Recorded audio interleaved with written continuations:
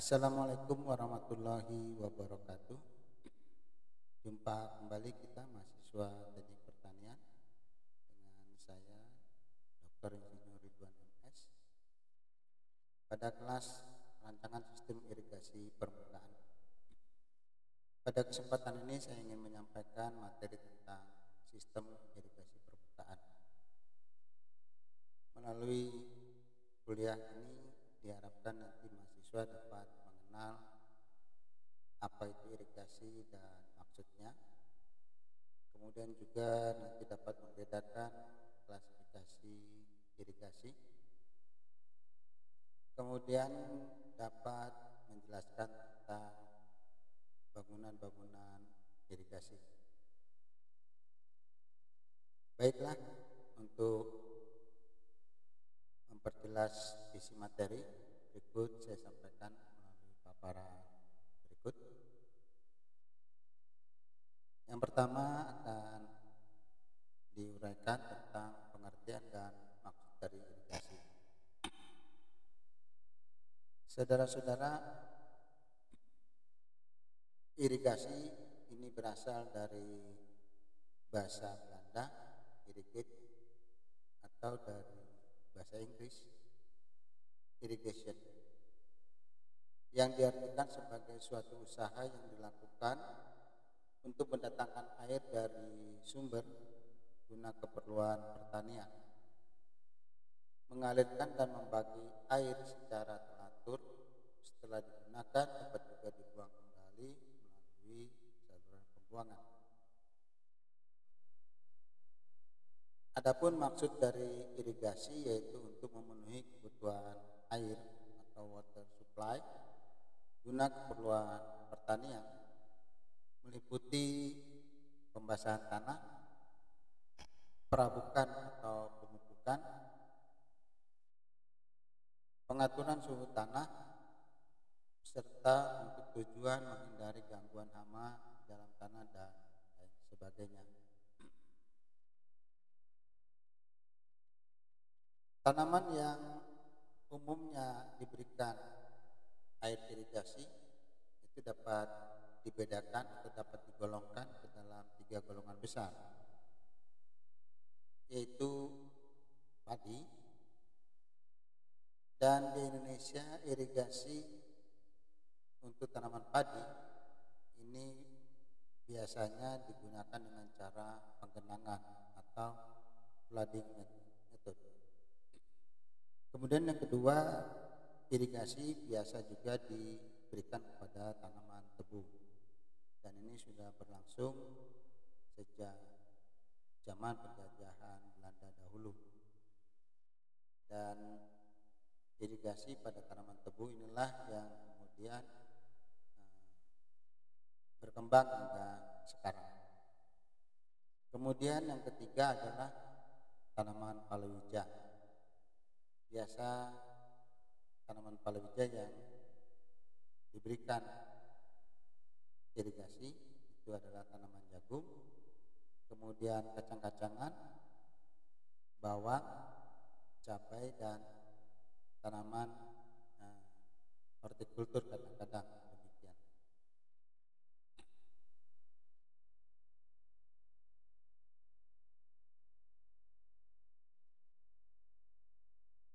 Tingkatan jaringan irigasi di persawahan itu dapat dibedakan menjadi irigasi pedesaan dan irigasi pemerintah.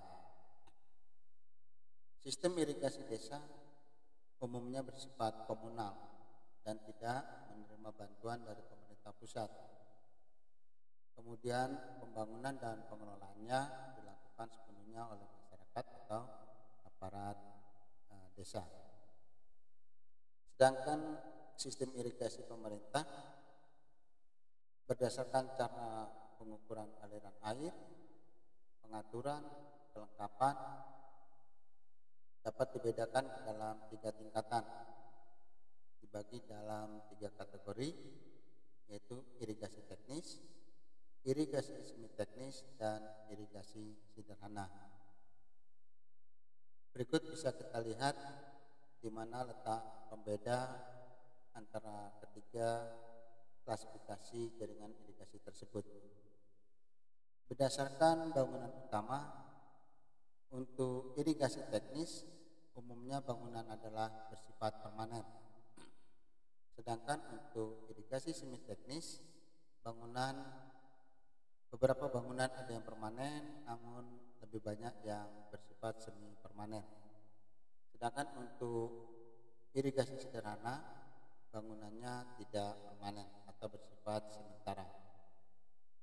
Kemudian berdasarkan kemampuan bangunan dalam mengukur dan mengatur debit, untuk irigasi teknis ini tergolong baik karena sistem irigasi atau jaringan irigasi teknis ini dilengkapi dengan bangunan-bangunan pengukur dan pengatur debit.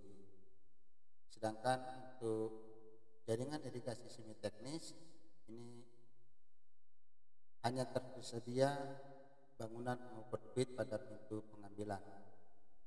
Sedangkan pada jaringan irigasi teknis ini tidak tersedia alat pengukur debit. Kemudian dari kelengkapan jaringan saluran. Untuk jaringan irigasi teknis memiliki saluran irigasi dan saluran pembuang yang terpisah. Sedangkan untuk irigasi semi teknis, saluran irigasi dan pembuang tidak sepenuhnya terpisah. Jadi kadang tergabung, namun ada juga yang terpisah.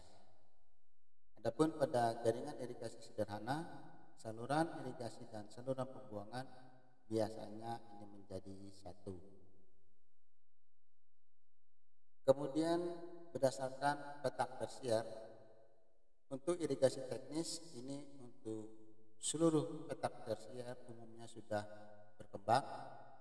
Sedangkan untuk semi teknis ini belum dikembangkan, dan irigasi sederhana belum ada jaringan yang dikembangkan di dalam petak tersier. Menurut efisiensi penyaluran air pada sistem irigasi teknis, tingkat efisiensi penyaluran air berkisar 50-60%, sedangkan pada sistem irigasi semi teknis berkisar 40-50%, sedangkan irigasi sederhana umumnya kurang dari 40%.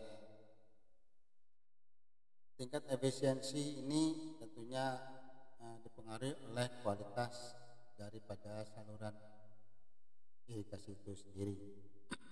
Pada irigasi teknis umumnya bangunan-bangunan saluran ini telah memenuhi standar pada kelas bangunan saluran yang berlining, sedangkan pada sistem irigasi semi teknis masih terdapat saluran yang belum berlining atau masih saluran alami atau dalam berupa saluran tanah. Sedangkan pada irigasi sederhana umumnya karena dibuat oleh masyarakat, maka hanya berupa saluran-saluran tanah. Dari segi ukuran, jaringan irigasi teknis ini tidak ada batasan, sedangkan untuk irigasi semi teknis luas areal hanya mencapai 2000 hektar, sedangkan untuk irigasi sederhana umumnya kurang dari 500 hektar. Terdapat 4 unsur fungsional jaringan irigasi. Yang pertama adalah bangunan utama, di mana air dari sumbernya dielakkan ke dalam saluran. Kemudian jaringan pembawa itu berupa saluran yang mengalirkan air ke petak-petak tersier. Kemudian petak-petak tersier ini dengan sistem pembagian air dan sistem pembuangan kolektif. Dan terakhir, 4 fungsi yang terakhir adalah terdapatnya sistem pembuangan, dan ini umumnya terdapat di luar daerah irigasi. Berikut lebih mendalam tentang irigasi teknis. Prinsip daripada irigasi teknis adalah yang pertama, jaringan irigasi yang mendapatkan pasokan air terpisah dengan jaringan pembuang atau pematus. Kemudian yang kedua, pemberian airnya dapat diukur, diatur, dan dikontrol pada beberapa titik tertentu. Jadi pada jaringan ini banyak terdapat alat-alat ukur. Kemudian di dalam irigasi teknis, petak tersier menduduki fungsi sentral dalam jaringan irigasi teknis. Dan yang keempat, semua bangunannya yang terdapat di dalam sistem irigasi teknis ini bersifat permanen. Berikut salah satu ilustrasi irigasi teknis. Dapat dilihat pada garis-garis halus di sisi sebelah kiri ini adalah garis kontur lahan. Kemudian ada garis hitam, ini adalah garis sungai. Dan daerah berarsir ini adalah daerah pemukiman. Di dalam irigasi teknis maka akan terdapat di sini satu bendung permanen dengan pengambilan. Kemudian terdapat bangunan bagi dan bangunan sadap. Di sini notasi atau simbol untuk bangunan bagi dan bangunan sadap biasanya untuk bangunan bagi ini dalam satu lingkaran, sedangkan bangunan sadap ini terdapat titik di dalamnya. Dan kemudian ini arah panah ini menunjukkan arah petak tersier. Antara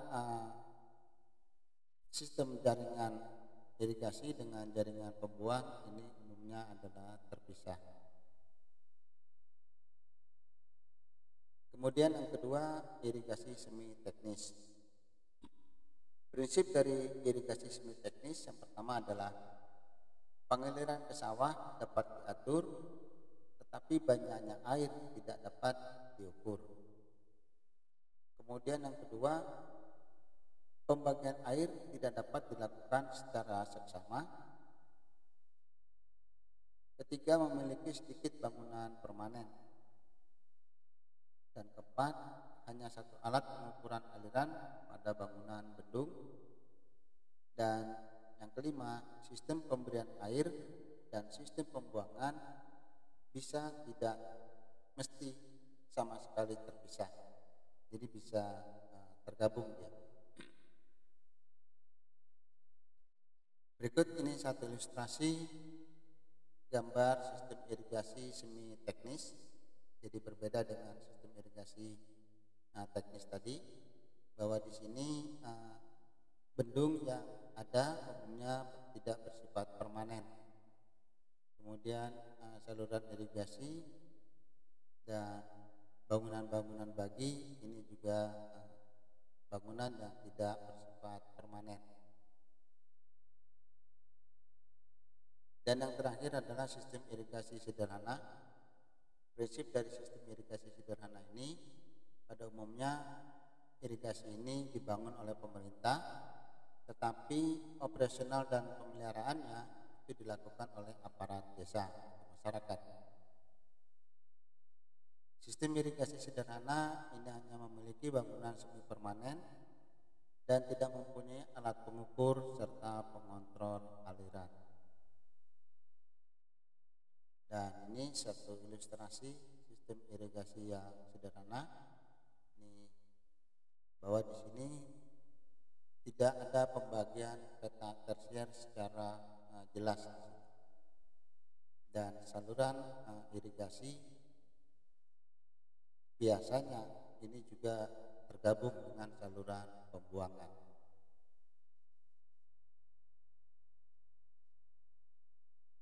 Berikut saya sampaikan unsur-unsur dari jaringan irigasi.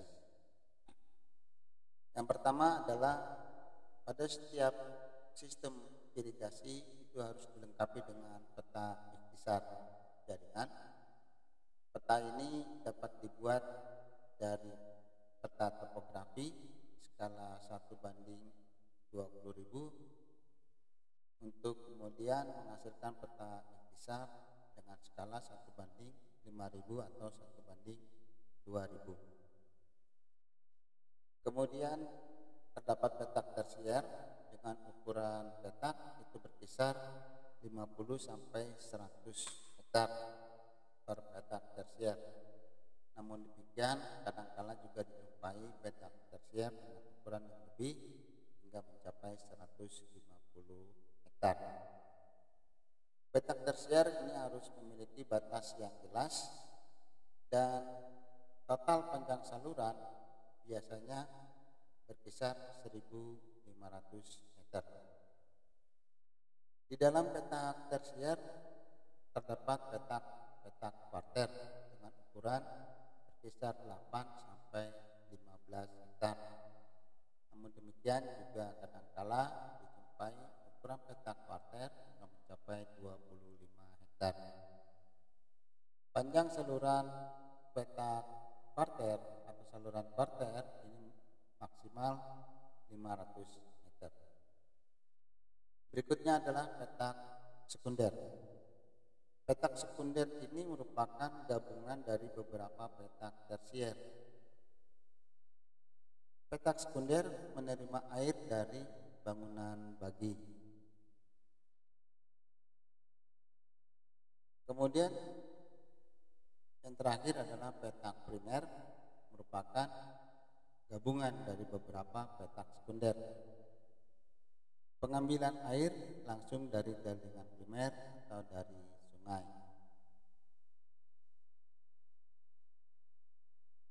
Kemudian bangunan irigasi itu dapat dibedakan. Yang pertama adalah bangunan utama. Termasuk di dalam kelompok bangunan utama adalah bangunan pengelat, bangunan pengambilan utama, pintu bilas, kolam kolak, kantong lumpur, tanggul banjir, dan beberapa bangunan pelengkap lainnya. Kemudian yang kedua termasuk bangunan adalah saluran pembawa. Untuk saluran pembawa ini dapat dibedakan menjadi saluran irigasi pada jaringan utama. Meliputi saluran primer, ini membawa air dari jaringan utama ke saluran sekunder dan petak-petak tersier. Batas ujung dari saluran primer adalah pada bangunan bagi terakhir. Kemudian yang kedua, saluran sekunder. Ini membawa air dari saluran primer ke petak-petak tersier yang dilayani saluran sekunder tersebut. Batas ujung saluran sekunder adalah pada bangunan sadap terakhir.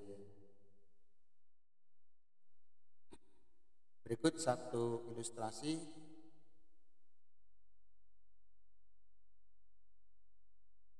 gambar saluran primer dan saluran sekunder.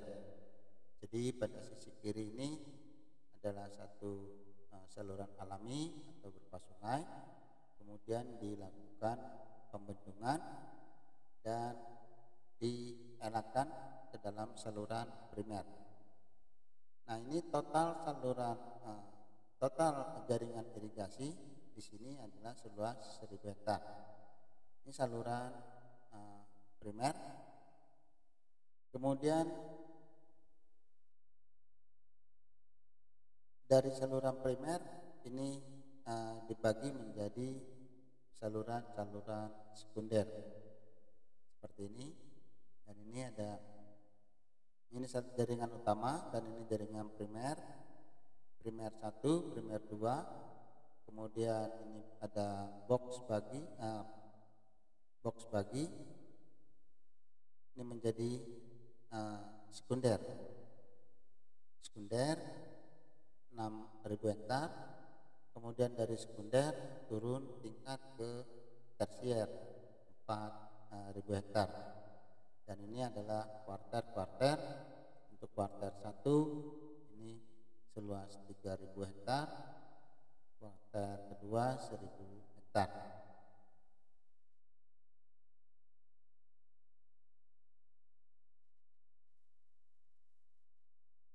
Kemudian yang kedua, saluran pembawa adalah saluran pada jaringan irigasi tersier. Saluran tersier ini membawa air dari bangunan sadap ke petak tersier lalu ke saluran kuarter. Batas ujung dari saluran tersier adalah pada box bagi tersier terakhir. Kemudian yang terakhir adalah saluran kuarter. Ini membawa air dari box bagi tersier ke box bagi kuarter. Selain saluran irigasi, pada sistem jaringan irigasi juga terdapat saluran pembuang. Saluran pembuang tersier adalah saluran pembuangan kuarter terletak di dalam satu petak tersier, menampung air langsung dari sawah dan membuang ke dalam saluran pembuang tersier. Saluran pembuang tersier terletak di antara petak-petak tersier yang masuk dalam unit irigasi sekunder yang sama dan membuang air ke dalam jaringan pembuang sekunder.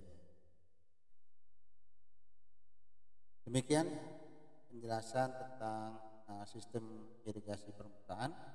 Semoga dapat dipahami dan dimengerti oleh semuanya. Terima kasih atas perhatiannya. Akhir kata, billahi taufik wal hidayah. Assalamualaikum warahmatullahi wabarakatuh.